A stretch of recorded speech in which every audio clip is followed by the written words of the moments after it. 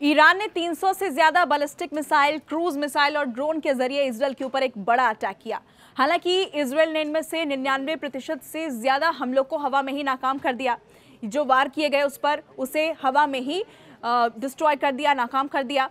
यानी एक जीत जो है वो इजरायल को जरूर मिली है, लेकिन तमाम देशों की निगाहें अब इस बात पर हैं कि इजरायल की प्रतिक्रिया क्या होगी। इजरायल पर जो अटैक हुआ उसमें कई देशों का साथ इजरायल को जरूर मिला। अमेरिका, ब्रिटेन, जॉर्डन, ये तमाम देशों ने इजरायल की मदद की। लेकिन अब निगाहें इसी बात पर कि क्या इजरायल पलटवार करने वाला है ईरान के ऊपर, और अगर पलटवार करेगा तो यहाँ से जंग क्या मोड़ लेगा, एक खतरनाक रूप यहाँ से जंग इख्तियार कर सकता है। और कैसे ये अटैक होगा, इस पर क्या प्रतिक्रियाएं वहाँ से सामने आई है।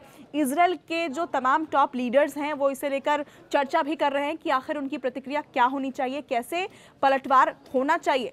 और इसी से जुड़े मैं बयान आपको बता देती हूँ। दरअसल यरूशलेम पोस्ट की खबर के मुताबिक मैं आपको बताऊं कि इजरायल की वॉर कैबिनेट के सदस्य हैं बेनी गैंट्स, उन्होंने कहा है कि ये अभियान जो है वो ख़त्म नहीं हुआ है। उन्होंने साफ तौर पर ये कहा कि सही समय आने पर हम बदला ज़रूर लेंगे और अब जो कीमत है इस हमले की उसे हम वसूल कर रहेंगे। यानी सीधे सीधे चेतावनी ईरान को दे दी गई है कि अभी हम चुप नहीं है, हम बस सही समय का इंतजार कर रहे हैं। जो अटैक हमारे ऊपर किया गया है उसका हम बदला लेंगे। लेकिन यहाँ ये भी बता दें कि ईरान ने यह कहा है कि अगर अटैक इजरायल करता है तो इससे भी ज़्यादा खतरनाक अटैक ईरान की तरफ से इसके बाद किया जाएगा, यानी पलटवार होगा। क्योंकि ईरान ने कहा है कि ये जो हमला हमने किया है ये तो आपके किए पिछले हमलों का बदला हमने लिया है, यानी हिसाब जो है अब बराबर है। अब नए जंग की शुरुआत यहाँ से ना करे वरना मुसीबत हो सकती है।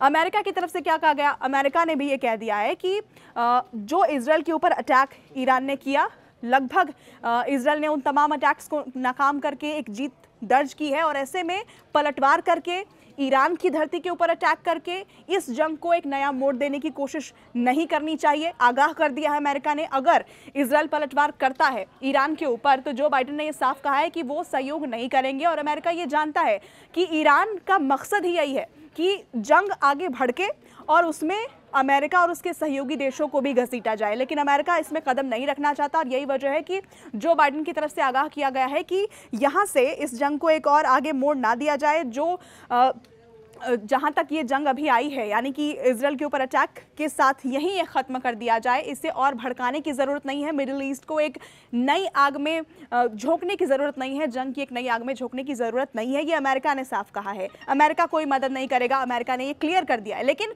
इजरायल के भीतर क्या चल रहा है, दरअसल इजरायल के भीतर भी यही चल रहा है कि वहाँ के जो नेता हैं, वहाँ के जो लीडर्स हैं वो भी एक मत नहीं है। उनमें से कुछ लीडर्स का कहना यह है कि बदला ज़रूर लेना चाहिए, कार्रवाई ज़रूर होनी चाहिए।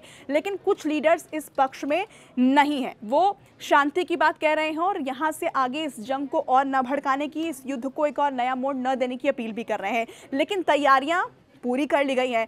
ये भी कहा गया है इजरायल की तरफ से कि पलटवार करना, बदला लेना, ये जो है हमारा हक है और सही समय का इंतजार हम कर रहे हैं। तैयारियां वहां पर पुख्ता कर दी गई हैं। क्या इजरायल वाकई पलटवार करेगा, और अगर पलटवार करता है तो यहाँ से मिडिल ईस्ट की जो राहें हैं वो आगे कितनी मुश्किल हो जाएंगी। ईरान इसके बाद कैसे पलटवार करेगा, ईरान कैसे जवाब देगा अगर इजरायल बड़ा अटैक ईरान के ऊपर प्लान करता है। क्योंकि तैयारियां वहाँ शुरू कर दी गई हैं, युद्धाभ्यास वहाँ हो रहे हैं। और ये कहना कि हमारा हक है पलटवार करना अपने आप में बहुत कड़ा संदेश है।